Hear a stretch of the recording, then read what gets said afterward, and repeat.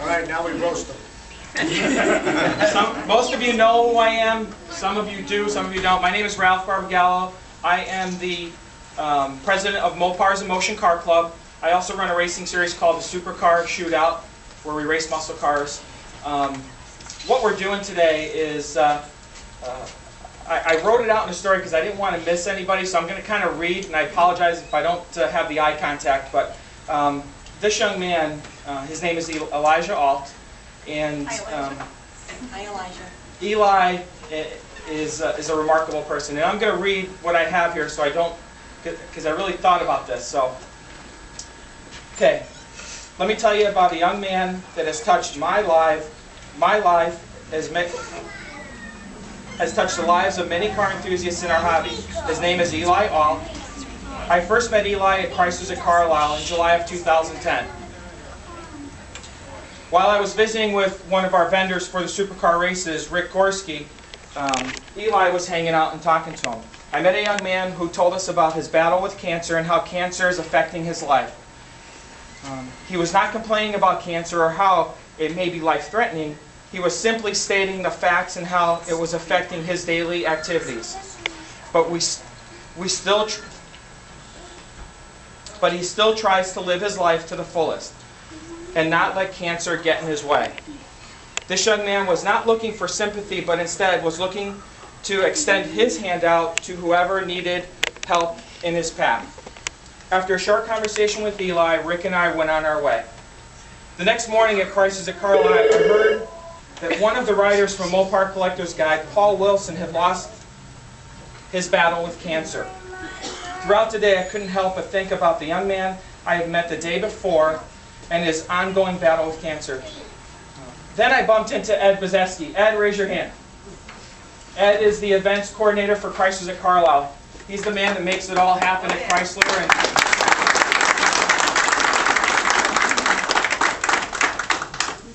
he asked me, what do you know about an enthusiast in Connecticut battling cancer?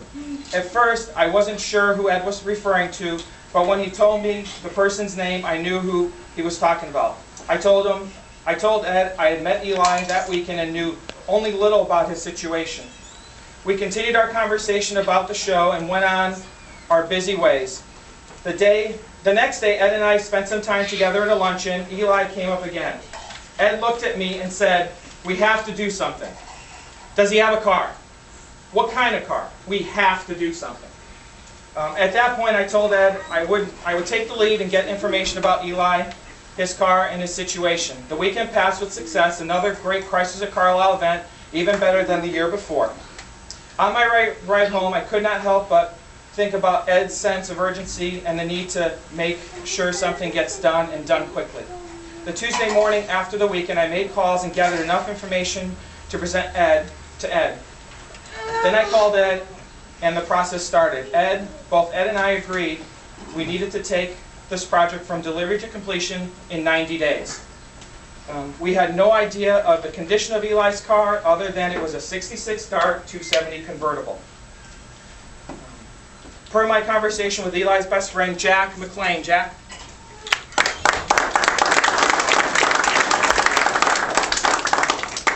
We knew Eli wanted a V8 installed in it, and that was really about it. Ed and I spoke about who could do the body work and paint, who could we get the funds from to make this all come together. We bounced around some ideas and then went on our day thinking about ways to solve our challenges. Within the next couple of days, I received a call from Ed, and he said, we found someone to do all the body work, no charge. Pam and Gary Beinecke.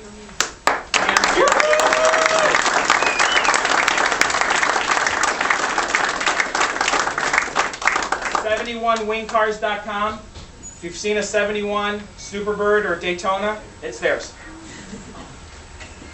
Once I heard Gary and Pam were going to be involved in the restoration, I knew this project was going to be a success. I filled Ed in on information Jack had given me that on July 25th, 2010, Eli's friends were going to have a benefit picnic for him and present Eli with his 66 Dart that's Sandy and Sally Schrader. Sandy and Sally Schrader. I spent many weekends making it roadworthy with other friends and family. and had gotten the car registered so Eli could drive it. I contacted Jack and filled him in on the new restoration plans. Jack couldn't believe what was going to happen.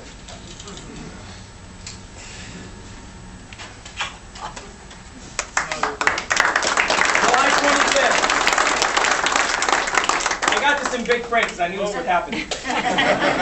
July 25th, the plan was in place. Bring my truck and trailer to Eli's benefit party. Talk to Eli and the 50 or 75 people at the party about the plan, and then load the Dart and deliver it to Gary and Pam's the same evening. The event was filled with happiness and friendship for a young man I had only met weeks ago. I had a chance to visit with his closest friends, and I understand why Eli is in such great spirits.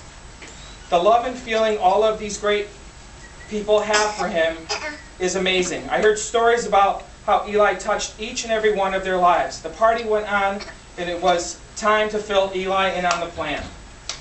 What a plan. What, you're taking my car? I just got it registered. I just got it registered.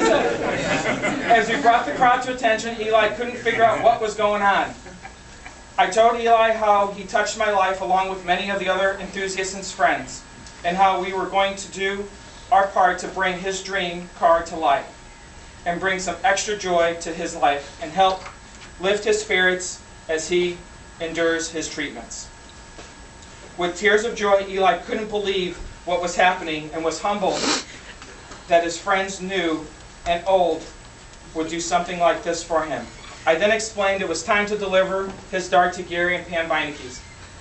We pulled the truck around from the back of the lot and loaded the Dart. Eli, in his true form, helped with the process from tying down the Dart to closing the door, excited to envision what it would look like the next time he saw his beloved Dart.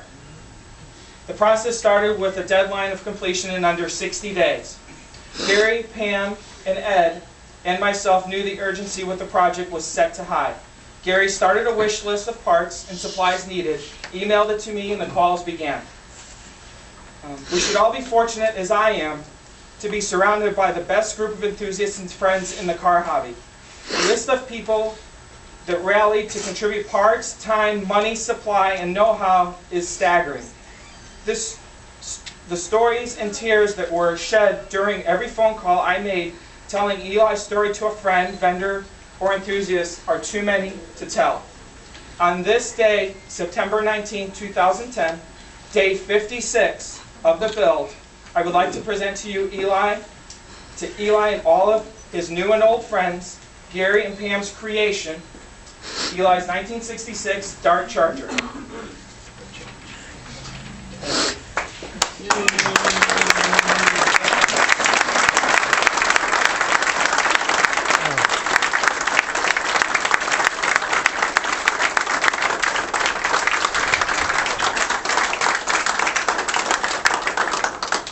Speech. Gary, Pam?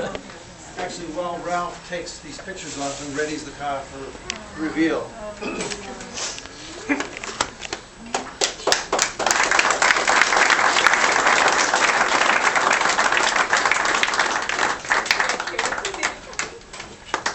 I want to give you a little bit of an insight as to what was happening from our perspective. Ralph let me know that when he showed up, he said, "My understanding is that Eli wants us to be stock." So no wings. No wings. You see this car, I've described it, it's rather dull and boring, and it's, ladies' car. So the job is going to try to do, we want to do something youthful. There's no way to talk about me in a lady's car. I apologize to the old ladies. So, Sally. oh, that's okay. Oh, what a tease, Eli. So I said to Ralph, I said, listen, I can see there's some things I'd like to do on this car. And he said, no, from what I understand, it's got to be stock. I said, no, all right. So when he left, I said to Pam, this is going to be easy, just to send it to Mako. So I had Pete come up to give us a hand pulling some of the stuff out, pulling the engine out, and doing some other things, and blowing the interior out of it. And he had the same ideas that I had. There's so many potential on this car we can do, and I said, we can't do anything to it, it's going to be stock. What about the color? Stock. I'm like, this is boring. And Eli, I found out Eli wanted to come up and see the car, and I said, let's tell you what, let's talk with Eli and see what he really wants.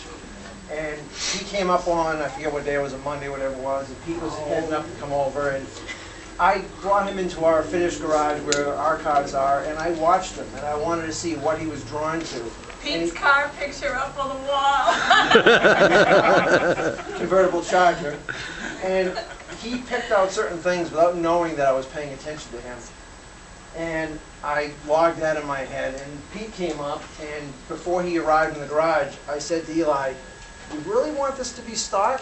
And he says, "No, man, do whatever you want, surprise me." I'm like, "Awesome." He came up, he says, "We have to talk to him?" You can't look at that yet. I said, "No, he's all set. We can do whatever we want." So with that, you know, I got to thank a lot of Pete for some great ideas. He came up with the whole 65 Dart Charger thing. Let's bring it to the next year. Oh,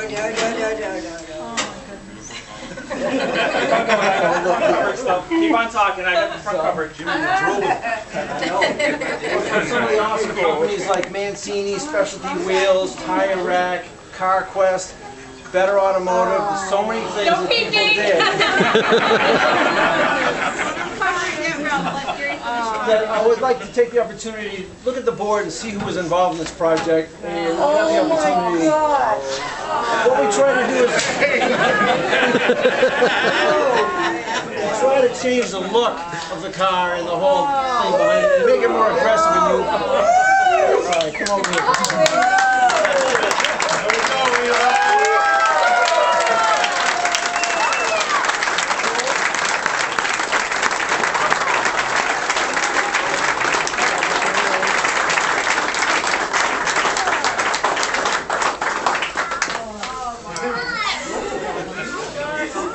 It's really yours.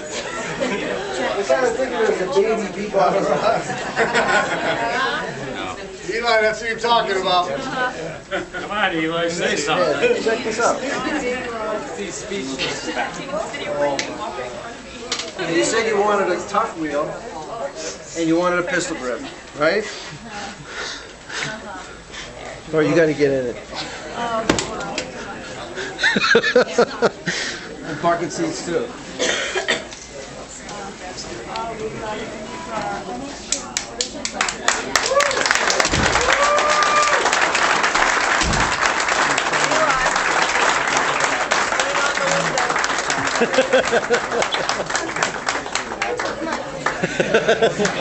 Sally wanted to do that. Here you go, Eli. Look this way, Eli. Smile for your dad.